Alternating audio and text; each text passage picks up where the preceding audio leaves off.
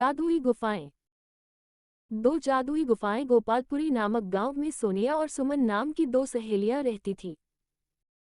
सुमन अपने माता पिता के साथ बहुत ही छोटी सी मकान में रहती थी। वही सोनिया बहुत ही बड़े घर में रहती थी और बहुत अमीर थी। सुमन बहुत ही अच्छी और ईमानदार लड़की थी। सोनिया बहुत ही घमंडी और लालची लड़की थी, परंतु फिर भी वे दोनों बहुत ही अच्छे दोस्ते थे। वे दोनों साथ में ही स्कूल जाते और साथ में ही घर आते। स्कूल से आने के बाद दोनों रोज शाम को पार्क घूमने जाते थे। फिर एक दिन सुमन सोनिया से कहती है,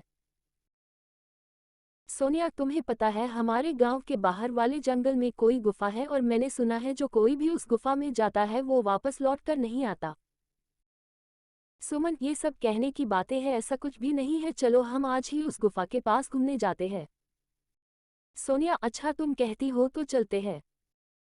फिर अगले दिन सुबह सुबह सोनिया और सुमन उस गुफा की ओर घूमने चल पड़ते हैं। थोड़ी दूर चलने के बाद उन्हें दो जादुई नजर आता है। सुमन, देखा सोनिया, यहाँ दो गुफा है, हमें कौन सी गुफा में जाना चाहिए?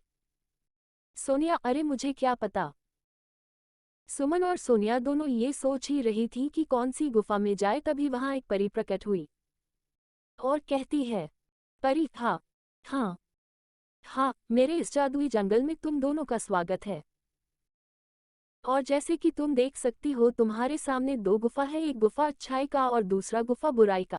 अच्छाई की गुफा में जाओगी तो तुम्हें वहां एक वृद्ध महिला मिलेगी जो कई सालों से बीमार पड़ी है, तुम्हें उनकी सेवा करनी होगी। और अगर बुराई की गुफा में जाओगी तो तुम्हें वहां भी सारा खजाना मिलेगा, परंतु याद रखना उस गुफा में एक नागिन रहती है और ये तुम पर निर्भर करता है।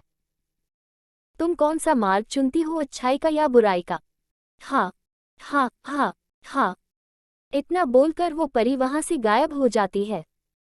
सुमन, सोनिया, हमें अच्छाई की गुफा में चलना चाहिए। वहां बेचारी बूढ़ी काकी कितने सालों से बीमार पड़ी है, हम उन्हें इस हालत में नहीं छोड़ सकते, हमें जाकर उनकी मदद करनी चाहिए। सोनिया, हाँ, तुम ही जाओ अच्छाई की गुफा में, मैं तो बुराई की गुफा में जाऊंगी। सुना नहीं तुमने वो परी क्या कह कर रही कि बुराई की गुफा में हमें ढेर सारे खजाना मिल सकता है जो हमें मालामाल कर सकता है। मेरी बात मानो, तुम भी मेरे साथ बुराई की गुफा में चलो। सुमन, नहीं सोनिया, मैंने बचपन से ही सीखा है कि हमें हमेशा अच्छाई के रास्ते पर ही चलना चाहिए। पैसों का क्या है, पैसे तो आज है और कल नहीं, परंतु हमारी अच्छाई हमेशा हमारे साथ रहती है। तुम्हें तो कुछ कहना ही बेकार है। इतना कहकर सोनिया बुराई की गुफा में चली जाती है और सुमन अच्छाई के। सुमन को थोड़ी दूर चलने के बाद गुफा के अंदर बहुत ही खूबसूरत दुनिया नजर आती है, जहां बहुत ही सुंदर सुंदर फूल खिले थे, तरह तरह फल लगे थे।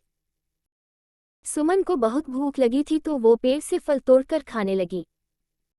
सुमन, वाह कितने स्वादिष्ट फल है।